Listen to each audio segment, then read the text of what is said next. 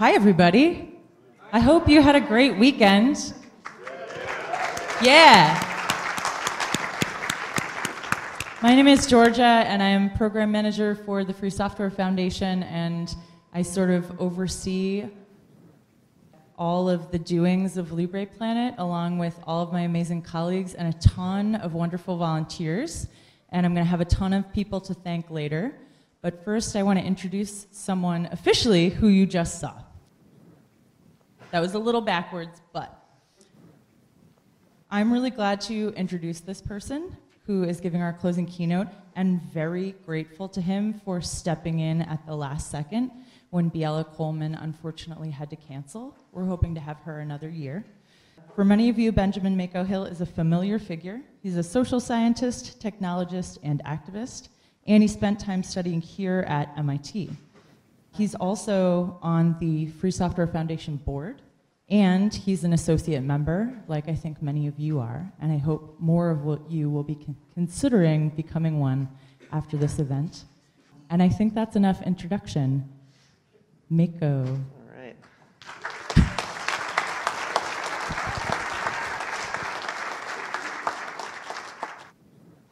Yeah, I've been joking a little bit this week and saying that, like, no one is more disappointed that Biella Coleman's not here than I am.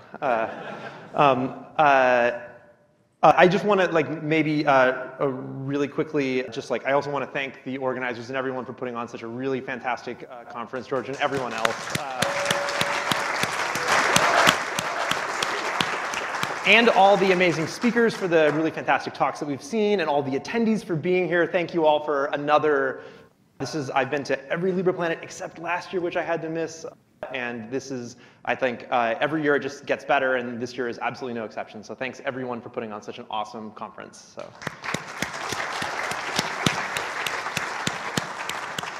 So I'd actually initially thought about, I had an idea for this talk, which kind of came together. I've been thinking about it a lot over the last year, and it sort of came together a month or so ago. And so I sent an email to the organizers saying, I know I've totally missed the deadline, but if anyone cancels, I could do something.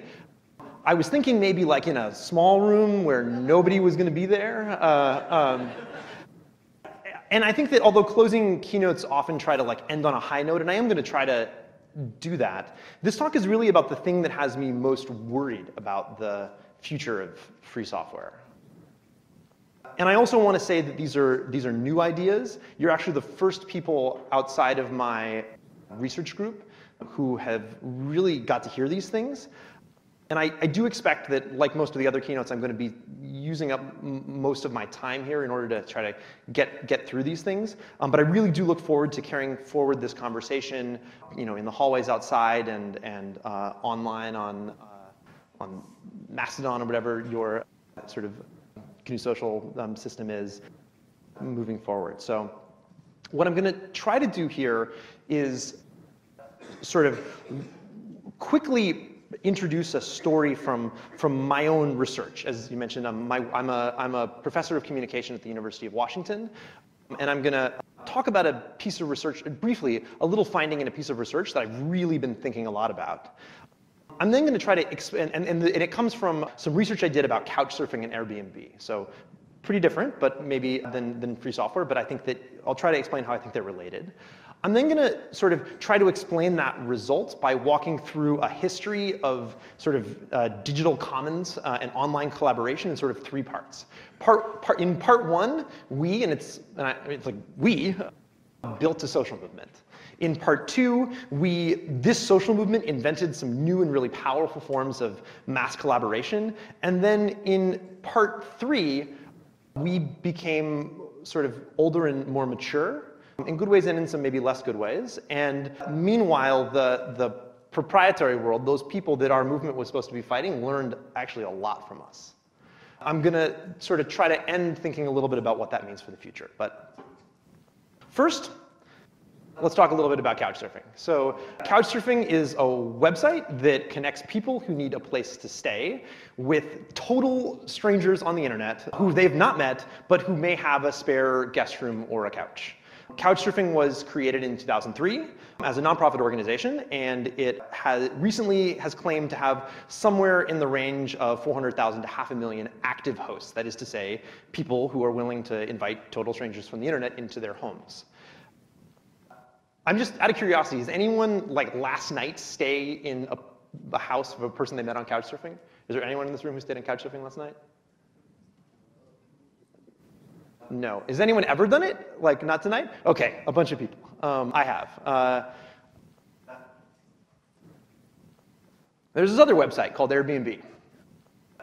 Airbnb is also a website that connects people with extra space in their house on a couch or in a guest room with total strangers on the internet who might be able to take up some of that space.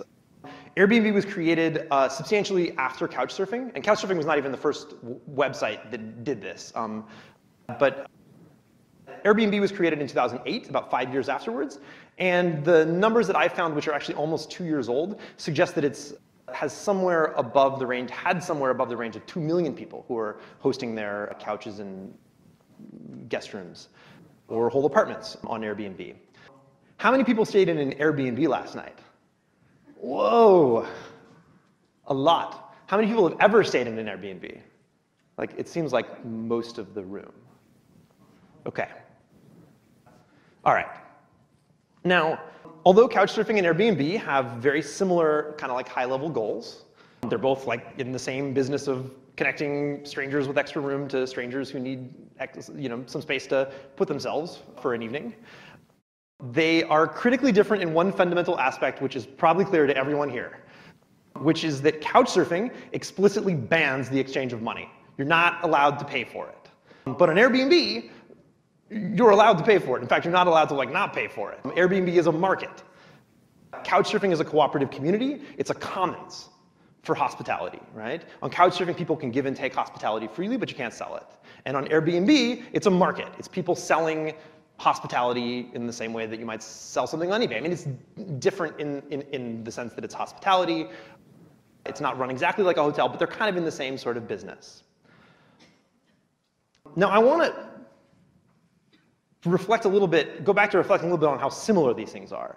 And actually, I think it's worth reflecting just how shocking the success of both of these platforms are. People, academics often refer to the thing that they're both doing as network hospitality.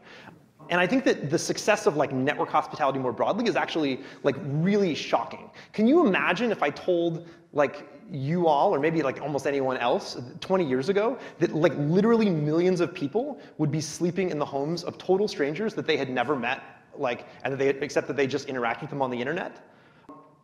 Or that even a significant portion, I don't know, it looks like maybe almost a quarter of this conference would be staying in the homes of random strangers that they found on the internet?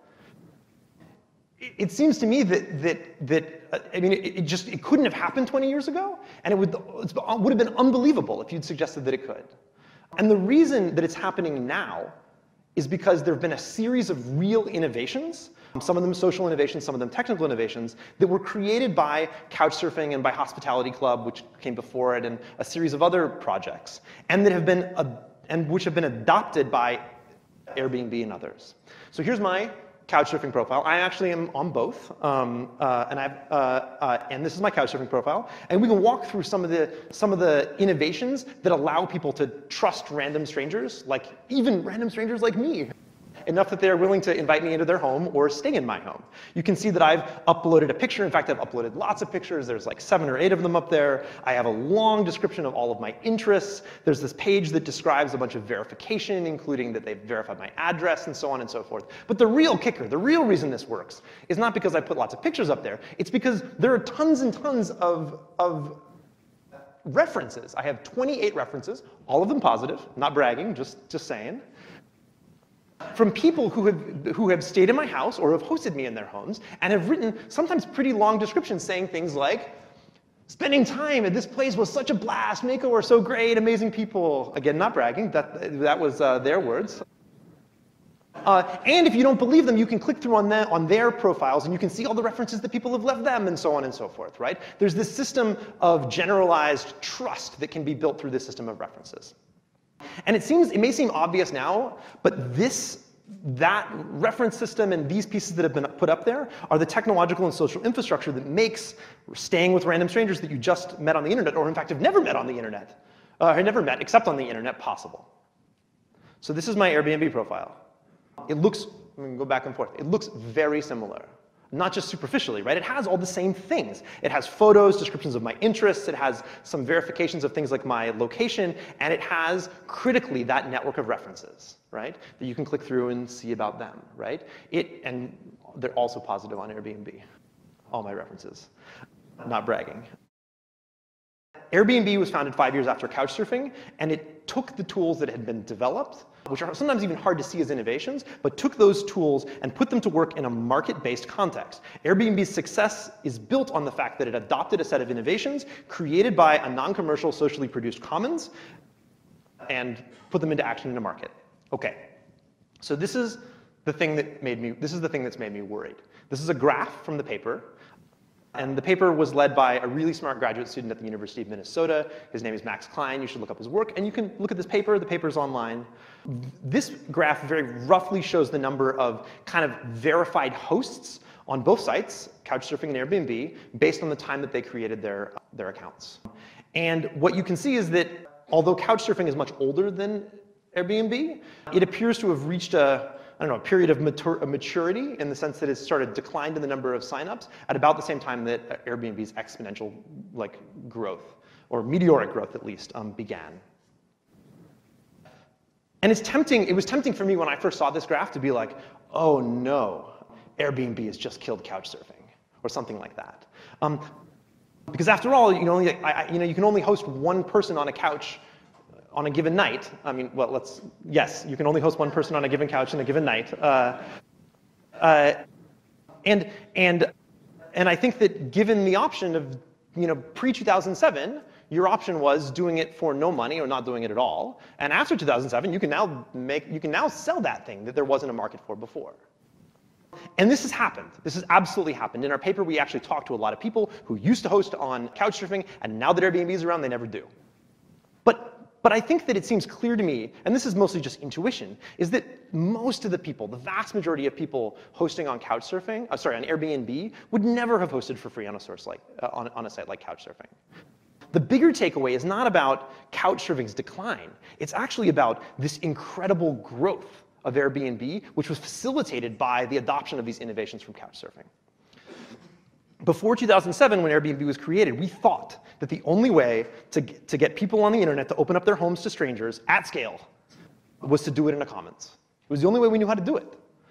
And Airbnb was an example of how a non-commons-based producer has been able to learn from the commons-based ones in ways that allow them to get many of the benefits of working in a commons without actually providing the goods or services in a way that is free, as in freely shared, or free as in beer. With those benefits, plus all the benefits of being able to pay people money and incentivize them in those ways, the non-commons-based producer has been increasingly beating the commons. And I believe that the key to understanding what's happened here involves first understanding the history of how we got to where we are. So that's what I'm going to be doing over the rest of my time here. Okay. So to build up this understanding, I'm going to tell you the story of cooperative production on the internet in sort of 3 parts, or 3 eras. Era 1 is going to be the quickest, because I realize this is probably you can see from the subtitle, it's something about social movements for knowledge commons. And you can see this is probably the room of humans on Earth at this moment. In fact, I can say for sure, this is the room of humans on Earth in this moment who I least need to explain that free software began as and continues to be a social movement, not just a way of developing software. All right. But I'm going to do it anyway. As you know, like any good social movement, we can trace our roots back to a manifesto, the GNU Manifesto, which lays out the need for our movement. I went back and reread it as part of preparing for this. I don't know, it's like good to do it every once in a while. This little excerpt spoke to me. Extracting money from users of a program by restricting their use of it is destructive because the restrictions reduce the amount and the ways that the program can be used. This reduces the amount of wealth that humanity derives from the program. I sometimes like to think that software doesn't really mind if it's not. What I like about this quote is that it sort of takes back this thing that I think about sometimes, which is that software doesn't mind if it's not free, but the users mind quite a lot, right? The manifesto reminds us that restricted software is bad, not because it restricts the software, but because it restricts what users can and can't do with it, right? Or what they can and can't do in general. Because insofar as our software frames the way in which we understand the world and interact with each other, the question of who controls our software is this enormously important political question. And we have an answer to that question. The answer is users must control their own software. But the most surprising thing to me, rereading the GNU Manifesto, is not actually its eloquent articulation of the importance of software freedom.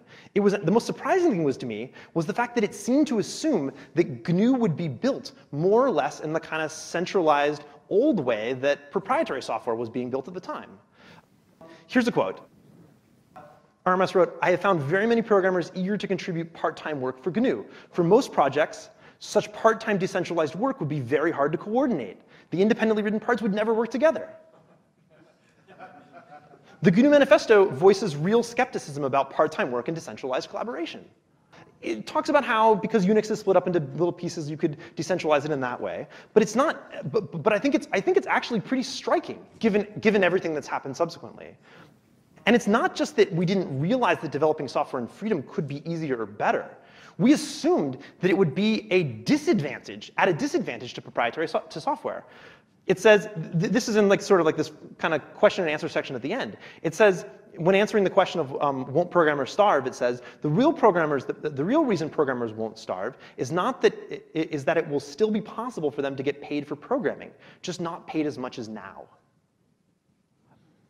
A social movement was necessary, or one of the reasons that a social movement was necessary, because we felt that software commons would be good for society in general, but bad in many cases for the would-be programmer participants who would benefit personally from treating their software as their kind of property.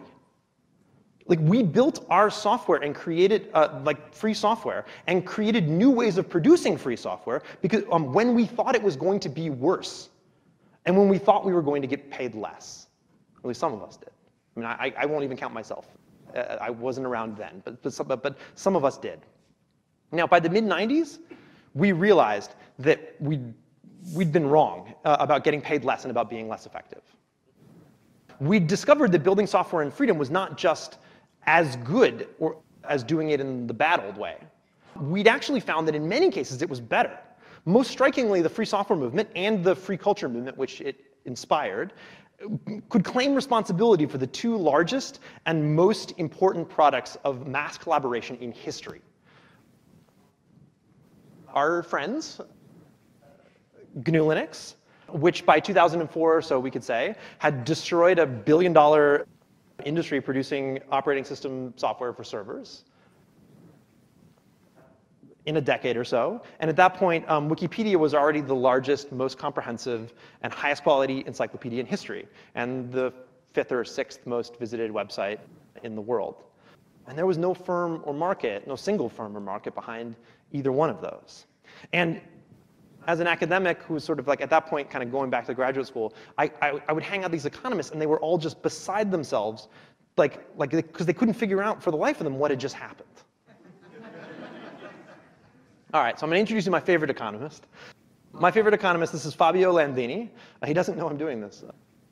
Fabio Landini is one economist who provided an answer, and one that really spoke to me. He created this theoretical model, tons of math, that basically shows how working openly and providing users with freedom could be at least as good a way of producing software or other kinds of knowledge goods as kind of locking it up.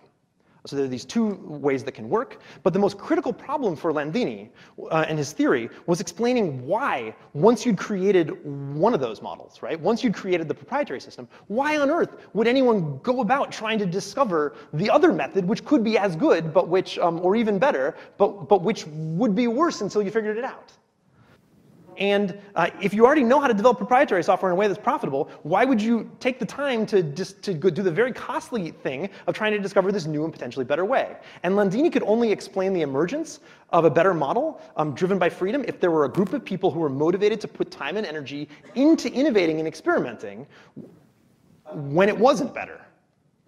And he called this a cultural subsidy. And he suggested that the cultural subsidy that allowed the world to discover this kind of mass collaboration was provided by an ideologically motivated free software activists.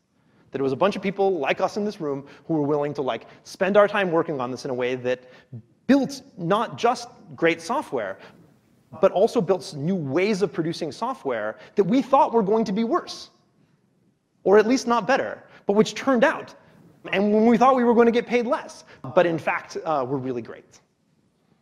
So this new mode of production is sometimes, a lot of academics call it peer production. Because like we're all the peers who are like producing things together.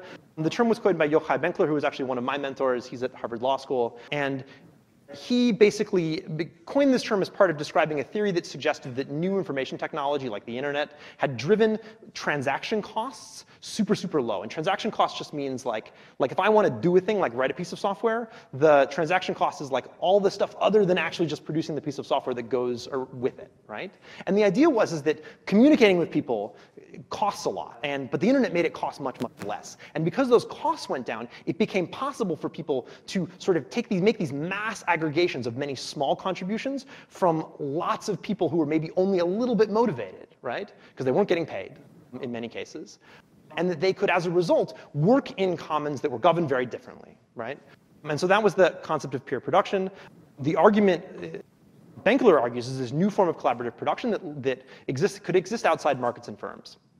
And the idea was that if we publish things openly, we would sometimes attract these communities. And if we did attract community, they would improve our software. And the result would be this really high quality stuff that would be lots of profits that the people would produce. This is sort of like where Landini was pointing to, this idea of peer production. And although it didn't always work, it sometimes did. You really did have to we really believed that you had to open your stuff or work openly in some sense in order to build a community. And once you did build a community, you really could benefit. And if this is all sounding familiar, it should, because a group of other people who'd been participating in the broader free software movement started making exactly this argument in the late 1990s, right? It's like they that should not be named at LibrePlanet.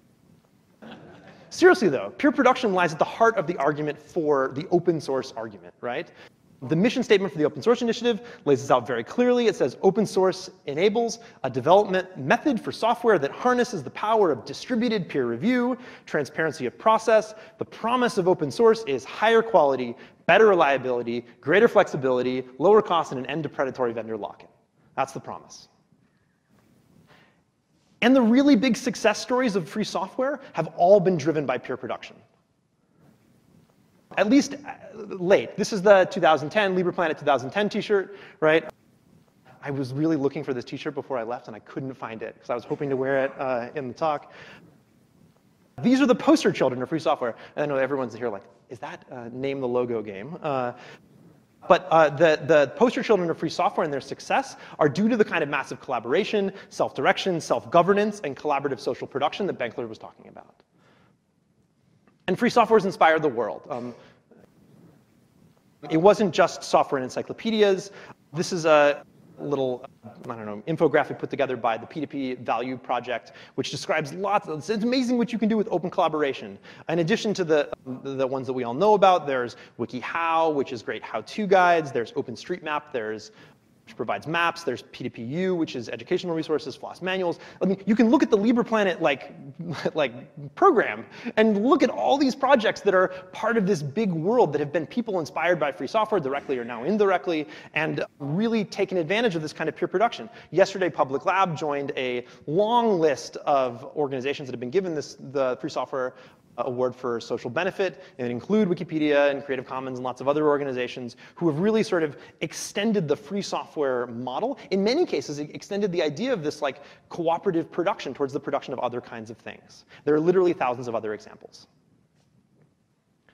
But I want to suggest that, that's the end of my second act. I want to suggest that in some ways, they're not the only people who've learned from free software.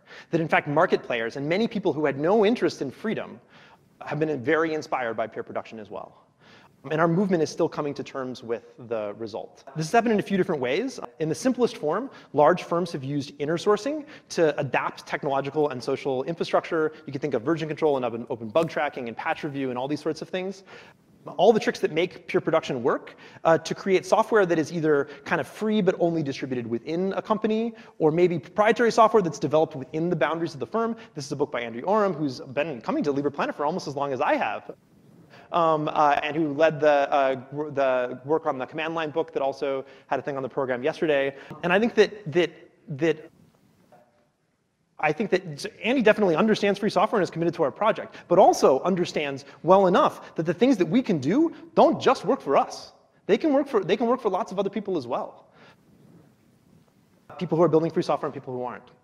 There's a broader and more important change, though, which I think I'm calling it kind of strategic openness. But the idea is that the more important change has been the development of this idea of strategic openness, which companies will carefully design systems that allow for mass collaboration, but that try to tightly control where collaboration can happen and where it can't. I've been to lectures at Harvard Business School on exactly this topic. Because I think that strategic openness is really fundamentally more about strategic closedness. Right? It's not just which parts are going to be open, it's which parts are going to be closed. And I think that it's taken me many, many years to realize this, but I think that the most powerful example of strategic openness is the Apple Appstore. I don't know, I actually didn't, I was like looking for the App Store logo, and then when I was like looking in the image search, I realized I had no idea what the Apple App Store logo was. But this is the App Store logo. The App Store, you may or may not remember, was not part of Apple's original vision for the iPhone. The iPhone was launched as a lockdown device that came with a small number of applications that ran on it. And users were limited to those applications. Now, very frustrated by this, and by other features of the phone, many hackers found ways to hack or jailbreak their iPhones. And a major reason to do it, not the only one, but a major reason, was to install arbitrary applications. And before there was an app store, or before you were allowed to install applications on your phone, there was actually tons of applications that you could install. Many of them released as free software that you could install onto your iPhone, your jailbroken iPhone, if you had jailbroken it. And it was a lot of phones. At one point, an analyst estimated that 25% of all iPhones that had been sold had been jailbroken and were running alternate software.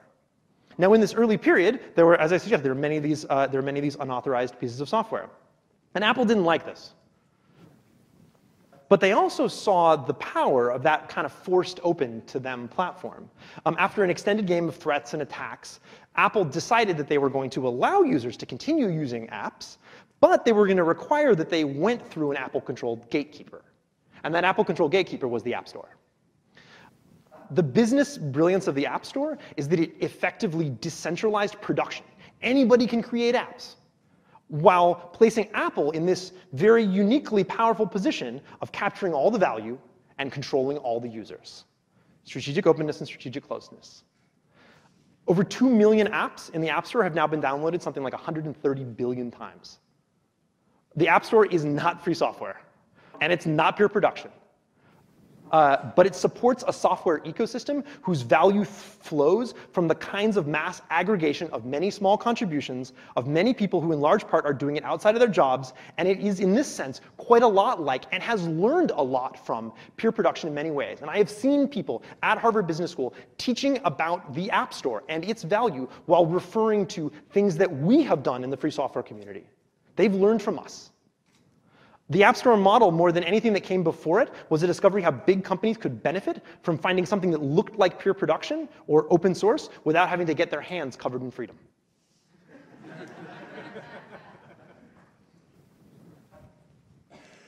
But that's not the only thing. So the world has learned from us, but we've also changed ourselves. And in many ways, we've matured. Now, mature is maybe a polite way of saying that pure production has exited, in many cases, a period of meteoric growth. This has happened both within our most important projects and also within pure production more broadly, much more worrisome.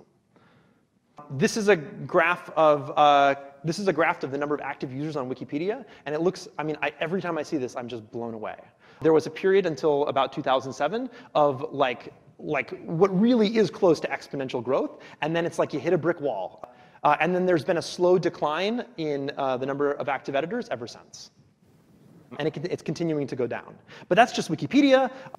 I actually just recently, as of like this week, there's a new paper that just went out on my website, which is basically trying to reproduce this graph, but in the case of like lots and lots of like all the other big wikis. So this is basically the 1,000 biggest Wikia wikis, and they're all sort of standardized so we can compare them. But basically what you see is that on average, if you look at wikis hosted on Wikia,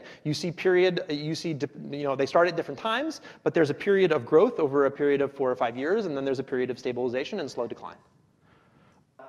But I don't think that's alone is not enough to get super worried about, because life cycles, it's a life cycle perhaps. Life cycles happen. They happen to proprietary tools too. We're not the only people who have life cycles. The bigger concern is actually more about the degree to which peer production may be maturing as a field itself. We're not simply, and I think that we're simply not adding new success cases in the same way that we were maybe 15 years ago. This is the claim that actually is in some ways where this project started for me, but it's the one that I'm like kind of least convinced of. But the claim is that I believe that peer production's poster children we're not adding these big successful projects in the way that we were 10 years ago.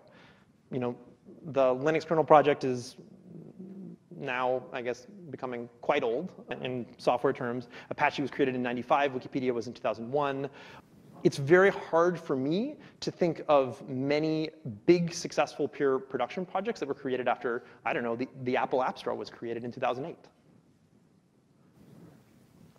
And I know that some of you are probably thinking of exceptions, and I actually really want to talk to you about those. I can also think of exceptions, but it's actually the nature of the exceptions that in some ways have me even more worried when I thought about those exceptions. Because the two big classes of exceptions of big new successful projects are either software for phones and embedded systems, things like Android, or lots of things that are sort of cloud services based. You can think of OpenStack or Kubernetes or databases, web frameworks, so on and so forth. And the reason those two things have me worried is because although these are free software, and they're even peer production in the sense that there is peer production happening around these things, maybe less than was the case in Linux in the mid-90s, but it's definitely happening.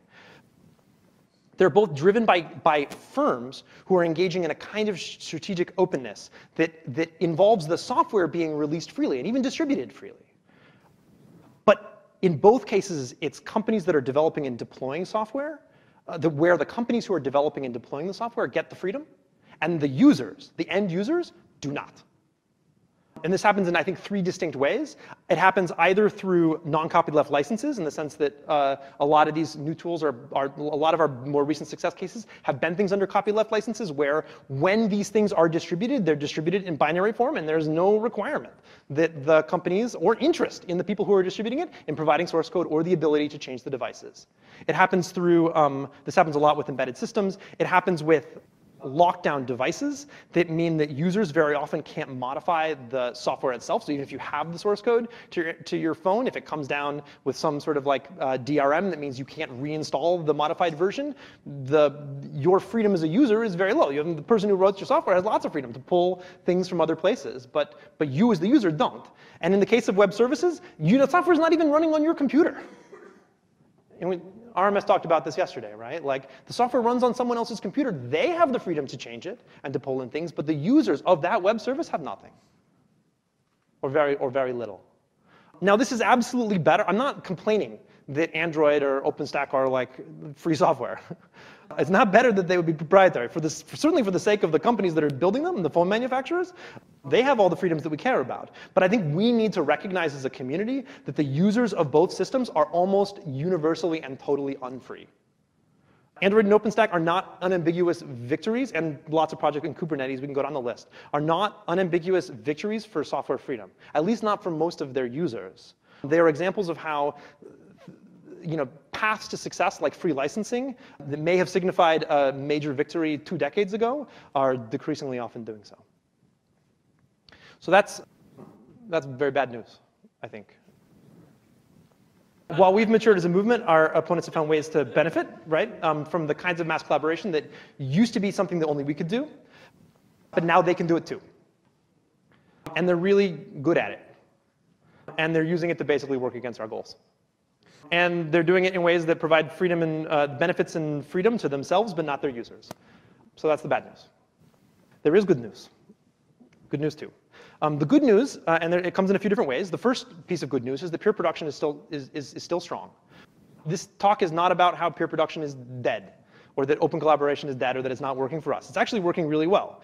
Wikipedia is still the 5th most popular website in the world. OpenStreetMap's doing great. Stack Overflow is thriving. Every one of our friends on that 2010 t-shirt, as far as I know, are still alive and doing great. Don't worry. Peer production poster children are, for the most part, like in pretty good shape. Free software runs basically at this point about 100% of supercomputers, a large majority of servers. It runs on most smartphones and a growing number of tablets and embedded systems. And to the extent that, because of that last point, this idea that it's now, that basically because of Android's major inroads, a majority of computers in the world are running software that are based in some ways on at least free software cores. And that's, I think that for reasons I've already suggested, that's not an unambiguous victory, but it is an important thing to keep in mind. And even if peer production were dead, it would still be OK.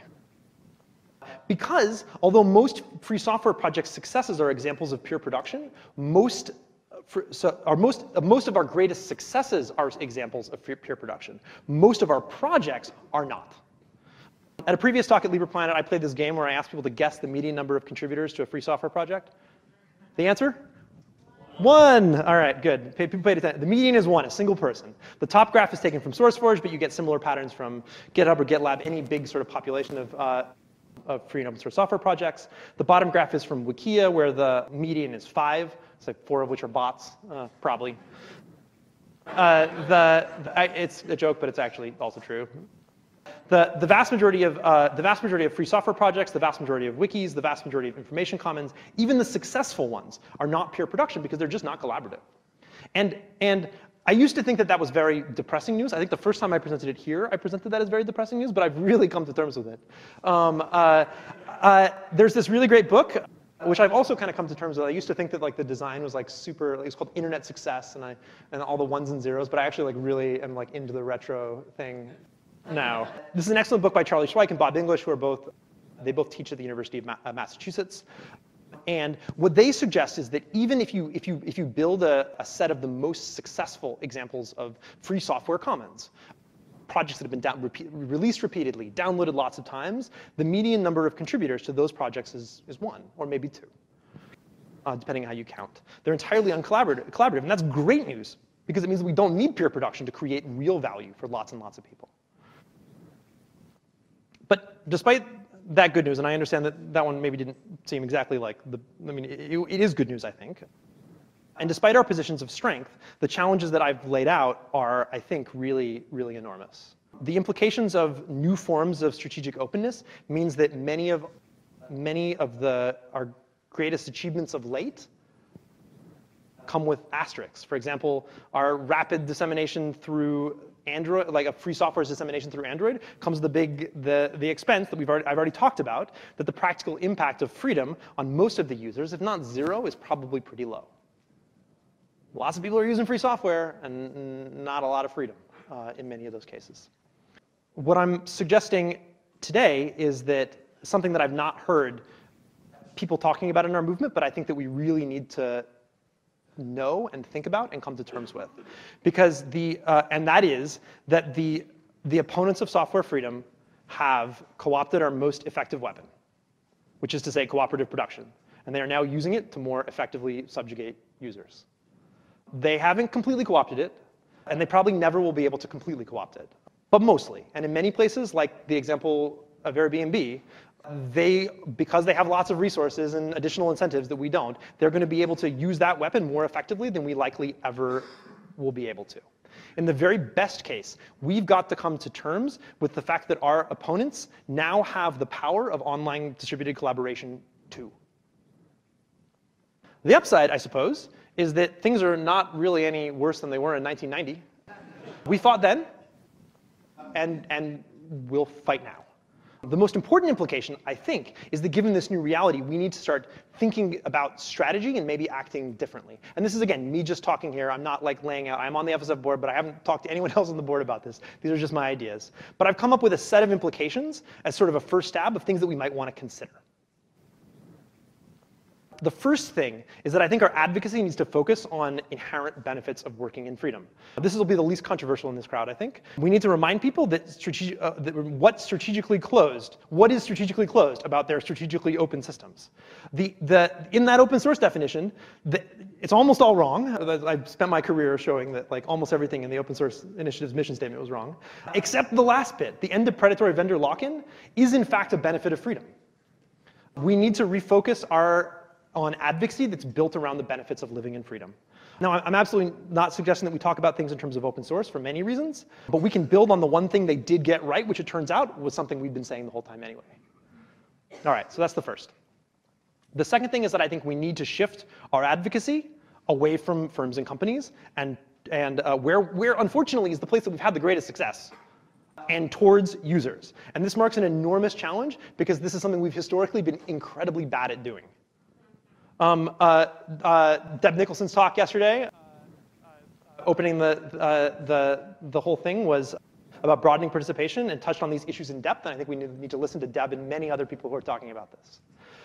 Third, I think that probably the most important thing we can do, but maybe the hardest, is to learn from other groups that are fighting for other public goods. Things like the environment, or public infrastructure, or public broadcasting, any of these things.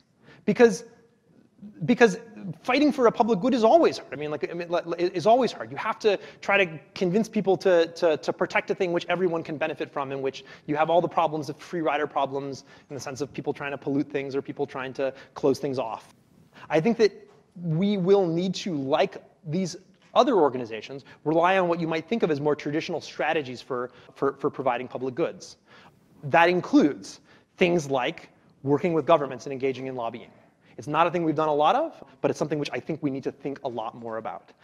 In terms of government, there are actually some there have been some real important victories. RMS talked about 5 or 6. I even lost track of all the examples he mentioned of places where governments have been adopting or regulating or mandating the use of free software. In Barcelona, there's been a real movement to do this over the last year. Also in the last year in Kerala, the state in India, there's been a bunch of a big government push towards mandating and developing and building infrastructure in free software and in adjacent industry, in the government and in adjacent industries. I think we need to build on these successes, and I think we need to put a lot more effort into that. And then fifth and finally, I think that we need to, and this is the most important, we need to support change through civil society organizations, through nonprofits, and through activism.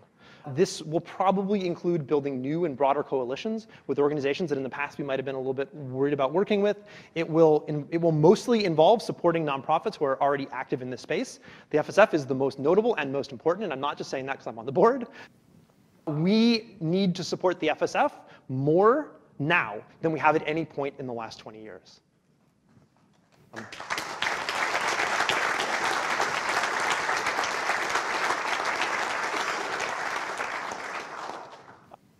I know it's blank again.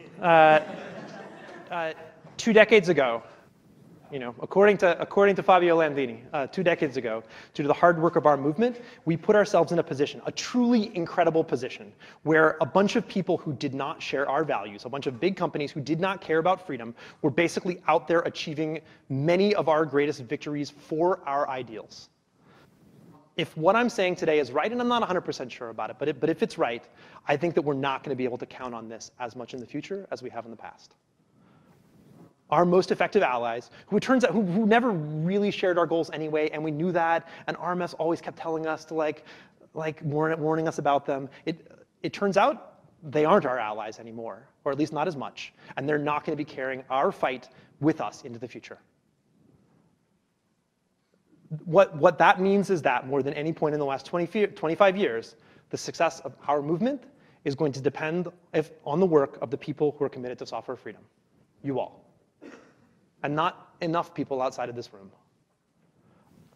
We need to remain focused on the fact that technology permeates and mediates every aspect of our lives. And as it continues to reach its tendrils out farther, the political importance of who controls that technology is not less important or decreased. It's more important today than it ever has been before. But we're no longer going to be able to count on the big companies to fix it for us. We've got to lead the charge ourselves. And I look forward to joining you all in that struggle.